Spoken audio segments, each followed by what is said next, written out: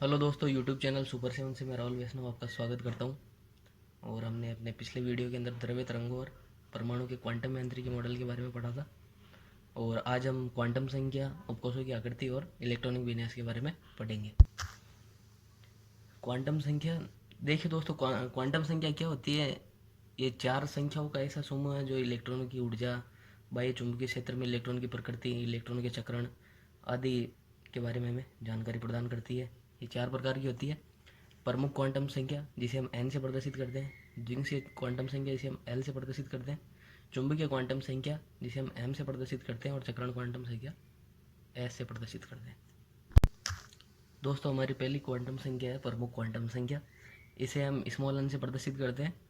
और यह क्वांटम संख्या परमाणु में कोष, कक्षा और ऊर्जा के बारे में बताती है। इस क्वांटम संख्या का मान 1 से लेकर अनंत तक होता है। और एन के हम इन मानों को के, एल, एम, एन, ओ, पी से दर्शाते हैं। के लिए एन का मान 1, एल के लिए 2, एम के लिए 3, एन के लिए 4, ओ के लिए 5 और पी के लिए 6 होता है। जहाँ के, एल, एम, एन ये कोष या कक्षा है। किसी कोष के अंदर इलेक्ट्रॉन की अधिकतम संख्या को हम 2n² से ज्ञात कर सकते हैं। जैसे कोष के, एल, एम, एन, ओ, पी, इनके लिए एन के मान 1, 2, 3, 4, 5, 6 होते हैं। और इलेक्ट्रॉन की जो संख्या है के अंदर 2n² से हम 2, एल के लिए एन का मान 2 होता है और इलेक्ट्रॉन की संख्या 8, एम के लिए इसी प्रकार 18, एन के लिए ये 32, ओ के लिए 50 और पी के लिए 72 प्राप्त होती है। और प्रमुख क्वांटम संख्या से हम परमाणु के आकार या इलेक्ट्रॉन के केंद्र से दूरी को हम ज्ञात कर सकते हैं। आर बराबर 0.529 इंटू n²/z एंगस्ट्रम। जब जब ये एन का मान बढ़ता जाता है, जैसे के लिए 1 है, एल के लिए 2, एम के लिए 3 है, एन के मान बढ़ने पर त्रिज्या का मान बढ़ता जाता है। अर्थात परमाणु के अंदर नए कोषों के बढ़ने पर परमाणु के आकार में वृद्धि होती है। और ये जो प्रमुख क्वांटम संख्या है, इसको हम चुंबकीय क्षेत्र की अनुपस्थिति में ज्ञात करते हैं। और इस क्वांटम संख्या की सहायता से हम परमाणु में इलेक्ट्रॉन की ऊर्जा को ज्ञात कर सकते हैं, जिसके लिए सूत्र ऊर्जा ई बराबर -13.6 इंटू Z²/n² इलेक्ट्रॉन वोल्ट। जैसे जैसे एन का मान बढ़ता जाता है, उसी प्रकार जो इलेक्ट्रॉन के लिए ऊर्जा का ऋणात्मक मान है वो वैसे वैसे कम होता है। इस प्रकार जैसे जैसे नाभिक से दूरी बढ़ती है और ऊर्जा का मान कम होता जाता है। जैसे के लिए सबसे कम है, उससे ज़्यादा एल, उससे ज़्यादा एम और उससे ज़्यादा एन। इस प्रकार कोषों के बढ़ने पर इलेक्ट्रॉन की ऊर्जा के अंदर बढ़ोतरी होती है। दूसरी जो हमारी क्वांटम संख्या है वह है द्विंशीय क्वांटम संख्या। और इस क्वांटम संख्या को हम स्मॉल एल से प्रदर्शित करते हैं। और इस क्वांटम संख्या को कोणीय संवेग क्वांटम संख्या भी कहते हैं, क्योंकि इसके द्वारा हम इलेक्ट्रॉन के कोणीय संवेग को ज्ञात करते हैं। यह जो क्वांटम संख्या परमाणु में इलेक्ट्रॉन नंबर या उपकोष की आकृति, उपकक्षा व उप ऊर्जा के बारे में बताती है। और इस क्वांटम संख्या से हम इलेक्ट्रॉन के कोणीय संवेग को ज्ञात करते हैं।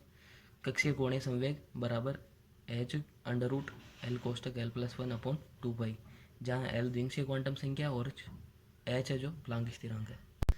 L का मान 0 से शुरू होता है और n-1 तक चलता है। अतः L का अंतिम मान n से हमेशा 1 कम होगा। जैसे अगर n का मान 5 है तो L का अधिकतम मान 4 हो सकता है। और L के मानों को हम उपकोषों SPDF द्वारा प्रदर्शित करते हैं। L बराबर 0, 1, 2, 3, 4, 5 ऐसे ही n-1 तक चलेगा। इनके लिए उपकोष 0 के लिए S और 1 के लिए P, 2 के लिए D, 3 के लिए F, इस प्रकार आगे बढ़ता रहेगा। और किसी उपकोष के अंदर अधिकतम इलेक्ट्रॉनों की संख्या का सूत्र 2 कोष्ठक 12+1 होता है। जैसे S, P, D, F, G, H ये उपकोष है, इनके लिए L का मान 0, 1, 2, 3, 4, 5 होता है। और जो इलेक्ट्रॉन की अधिकतम संख्या का सूत्र उपकोष में वो 2 कोष्ठक 12+1 से हम इलेक्ट्रॉन की संख्या ज्ञात करते हैं। तो S के लिए 2, P के लिए 6, D के लिए 10, F के लिए 14, G के लिए 18 और H के लिए 22 प्राप्त होती है। तीसरी हमारी क्वांटम संख्या चुंबकीय क्वांटम संख्या। इसे हम स्मॉल एम से प्रदर्शित करते हैं।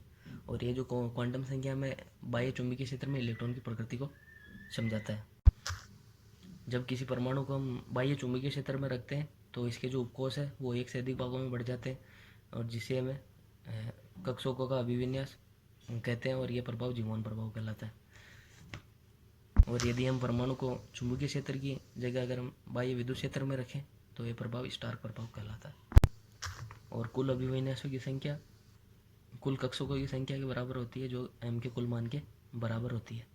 और जो m का मान है वो -l से प्रारंभ होता है और +l तक चलता है। m बराबर -l से 0 और 0 से +l तक। अब हम s उपकोष के लिए देखते हैं। s उपकोष के लिए l का मान 0 होता है, और तो इसलिए m भी 0। अतः s उपकोष के अंदर हमें एक ही कक्षक प्राप्त होता है, जिसे हम s कक्षक कहते हैं। p कक्षक हेतु l बराबर 1 होता है, और तो इसलिए m के मान -1, 0 और +1 प्राप्त होंगे। -1 वाले कक्षक को हम px, 0 वाले को py और +1 वाले को pz कक्षक कहते हैं। अतः p उपकोष के अंदर हमें 3 कक्षक प्राप्त हो गए। d के लिए l का मान 2 होता है, अतः m के l का मान 2 होता है, इसलिए m के मान हमें -2, -1, 0, +1 और +2 प्राप्त होंगे। और इनके लिए कक्षकों के नाम भी इस प्रकार होंगे। -2 के लिए dxy और -2 के लिए, और -1 के लिए dxz, 0 के लिए dz², +1 के लिए dyz और +2 के लिए dx² - y²। इस प्रकार डी के लिए हमें 5 कक्षक प्राप्त होंगे। चौथी जो क्वांटम संख्या है वह चक्रण क्वांटम संख्या है, और हम इसे स्मॉल s से प्रदर्शित करते हैं। और जो ये क्वांटम संख्या है ये हमें इलेक्ट्रॉन के अपनी अक्ष पर चक्रण को बताता है। जो इलेक्ट्रॉन है अपनी अक्ष के चारों ओर भी चक्कर लगाता है, और इस गति को हम इलेक्ट्रॉन की चक्रण गति कहते हैं। अगर इलेक्ट्रॉन का चक्रण क्लॉकवाइज है तो उसके लिए चक्रण क्वांटम संख्या का मान +1/2, और अगर एंटी क्लॉकवाइज है तो -1/2 होगा। इस क्वांटम संख्या का मान किसी पर भी निर्भर नहीं करता है, बल्कि अन्य क्वांटम संख्या है उनके मान एक दूसरे पर निर्भर करते हैं। और जो इलेक्ट्रॉन का चक्रण होता है अगर वह क्लॉकवाइज है तो हम उसे इस सीधे तीर के निशान से दर्शाते हैं, जबकि एंटी क्लॉकवाइज है तो उसे हम उल्टे तीर से दर्शाते हैं। और हम चक्रण क्वांटम संख्या से इलेक्ट्रॉन का जो चक्रण कोणीय संवेग है वो भी ज्ञात कर सकते हैं, जिसका सूत्र है h/2π√s/s+1। किसी उपकोष के लिए दोस्तों जो कक्षक होते हैं उन प्रत्येक कक्षक में अधिकतम 2 इलेक्ट्रॉन रह सकते हैं, जिसके लिए चक्रण क्वांटम संख्या के मान भिन्न भिन्न होने चाहिए। अर्थात विपरीत चक्रण वाले इलेक्ट्रॉन ही एक कक्षक के अंदर रह सकते हैं। और किसी एक कक्षक के अंदर कोई भी तीसरा इलेक्ट्रॉन प्रवेश नहीं कर सकता, क्योंकि अगर तीसरा इलेक्ट्रॉन अगर कक्षक में आएगा तो किसी न किसी 2 इलेक्ट्रॉन के चक्रण समान हो जाएंगे। अब हम परमाणु कक्षकों की आकृतियों के बारे में पढ़ेंगे। सबसे पहले पढ़ेंगे हम एस कक्षक की आकृति। जो एस कक्षक है वह एस उपकोष में होता है, और इसके लिए एल और एम के मान 0 होते हैं। और एस कक्षक गोलाकार प्रकृति का होता है, और एस कक्षक में तीनों अक्षों के सापेक्ष इलेक्ट्रॉन का जो घनत्व है समान रूप से पाया जाता है। और विभिन्न ऊर्जा स्तरों में पाए जाने वाले एस कक्षकों की आकृति वो गोलाकार होती है, लेकिन आकार भिन्न भिन्न होता है। जैसे 1s, 2s, 3s, 4s, इनके अंदर आकृति तो सभी की गोलाकार है, परंतु आकार के अंदर ये बड़े हैं। जैसे 1s से 2s बड़ा है, 2s से 3s और 3s से 4s। इस प्रकार ये क्रम चलता रहता है। और त्रिविम का वह स्थान जहाँ इलेक्ट्रॉन पाए जाने की प्रायिकता शून्य हो वह नोडल सतह या नोडल तल कहलाता है। और सामान्यतः एनएस कक्षक के लिए n-1, एनपी कक्षक हेतु n-2 और एनडी कक्षक हेतु n-3 नोडल सतह होती है। ये चित्र एस कक्षक के लिए बता रहा है कि जो ये है 1s कक्षक है और यहाँ पे 2s कक्षक है, और इनके बीच के अंदर जो ये स्थान है ये नोडल तल कहलाता है। यहाँ पर इलेक्ट्रॉन पाया नहीं जाता है। अब हम पी कक्षकों की आकृति के बारे में पढ़ेंगे। जो पी कक्षक है वो पी उपकोष में उपस्थित होते हैं, जिनकी संख्या 3 होती है। और इन कक्षकों के लिए एल का मान 1 होता है, अतः एम के 3 मान प्राप्त होते हैं। एम बराबर -1, 0 और +1। जो -1 है उसके कक्षक को हम पी एक्स, 0 वाले को पी वाई और +1 वाले को पी जेड कक्षक कहते हैं। और इन पी कक्षकों की आकृति डंबलाकार होती है, और प्रत्येक पी कक्षक में 2 पोलियाँ होती हैं, और दोनों पोलियों के बीच के अंदर जो नोडल सतह होता है जो नाभिक से होकर गुजरता है, और यहाँ इलेक्ट्रॉन पाए जाने की संभावना नगण्य होती है। यहाँ पर हम तीनों चित्रों के अंदर तीनों पी कक्षकों की आकृतियाँ देख रहे हैं, पी एक्स, पी वाई और पी जेड की। पी एक्स आकृति के अंदर हम देख रहे हैं कि ये जो स्थान है जिसे हम नोडल सतह कहते हैं, यहाँ पर इलेक्ट्रॉन पाए जाने की संभावना नगण्य होती है, और ये 2 डंबल जैसा आकार होता है। और पी उपकोष के जो तीनों कक्षक है p x p y p z, इन तीनों की ऊर्जा समान होती है, अतः इन तीनों कक्षों को हम समभ्रंश कक्षक कहते हैं। अब हम डी कक्षक की आकृति के बारे में पढ़ेंगे। डी के लिए एल का मान 2 होता है, अतः एम के 5 मान प्राप्त होंगे, -2, -1, 0, +1 और +2। और इन पांचों डी कक्षों को हम D X Y, D X Z, D Y Z, D X square minus Y square और डी जेड स्क्वायर कहते हैं। और ये जो शुरू के जो 4 डी कक्षक है इनकी आकृति द्विडमलाकार होती है, और जो ये डी जेड स्क्वायर है इसकी आकृति इनसे भिन्न होती है।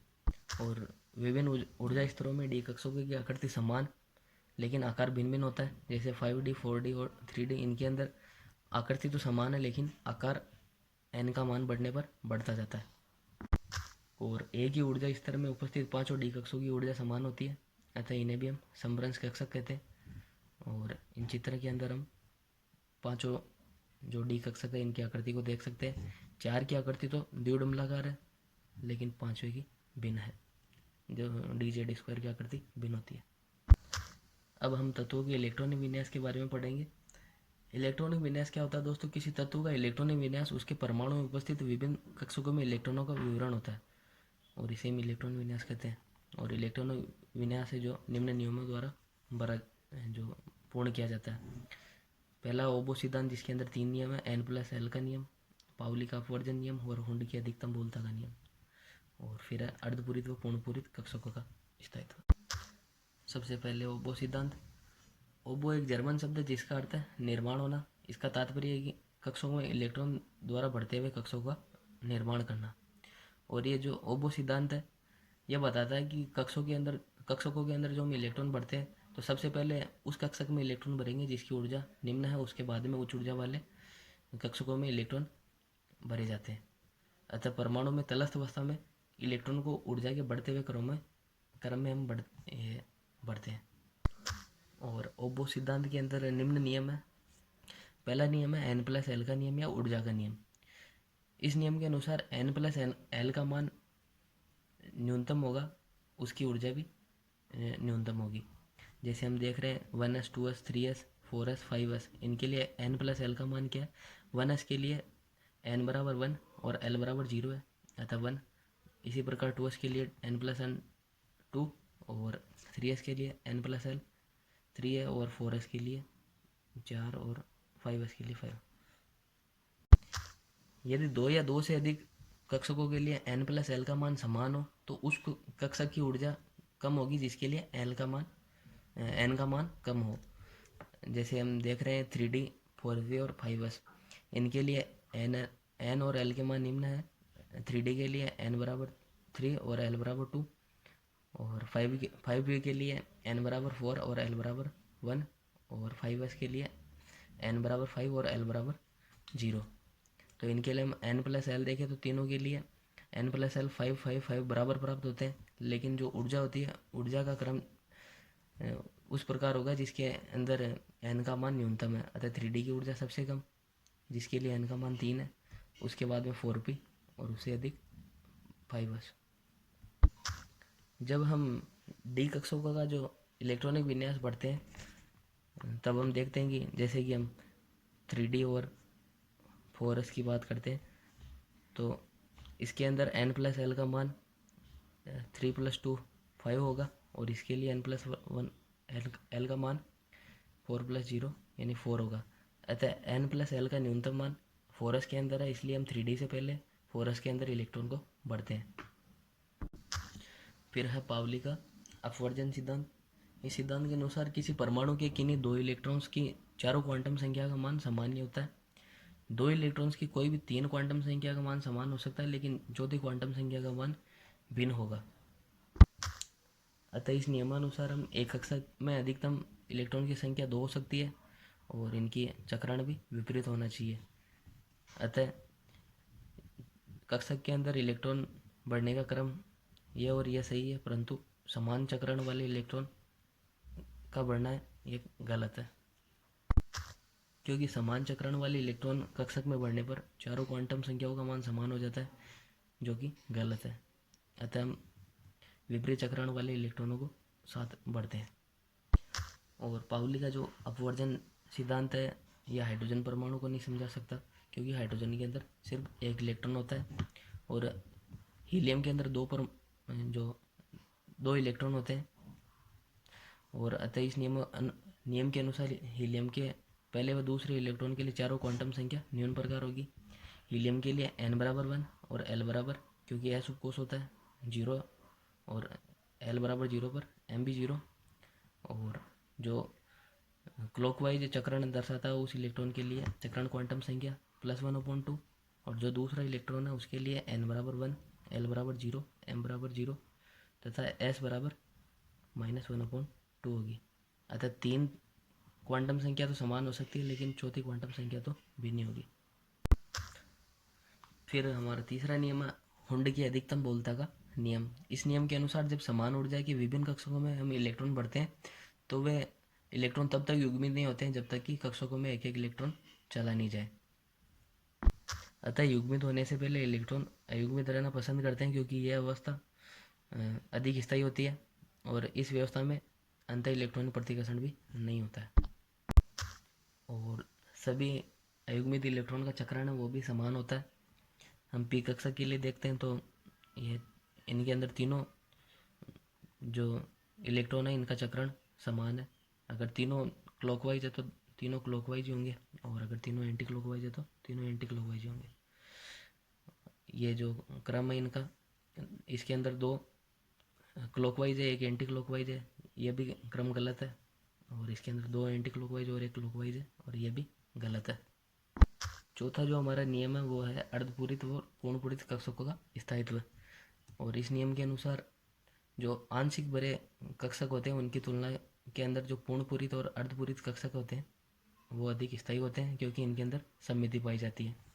अतः D4S2 के स्थान पर D5S1 अधिक स्थायी होता है, और D9S2 के स्थान पर D10S1 अधिक स्थायी होते हैं, क्योंकि D5 और S1 दोनों अर्धपूरित है और D10 पूर्णपूरित और S1 अर्धपूरित है, जो कि विन्यास अधिक स्थायी है, क्योंकि इनके अंदर सममिति अधिक पाई जाती है। इसी के साथ हमारा परमाणु संरचना का अध्याय पूरा होता है, और इसके बाद में हम आवर्त सारणी के बारे में पढ़ेंगे। दोस्तों, अगर वीडियो अच्छा लगे तो वीडियो को लाइक और शेयर ज़रूर कीजिएगा तथा चैनल को सब्सक्राइब कीजिएगा। Thank you.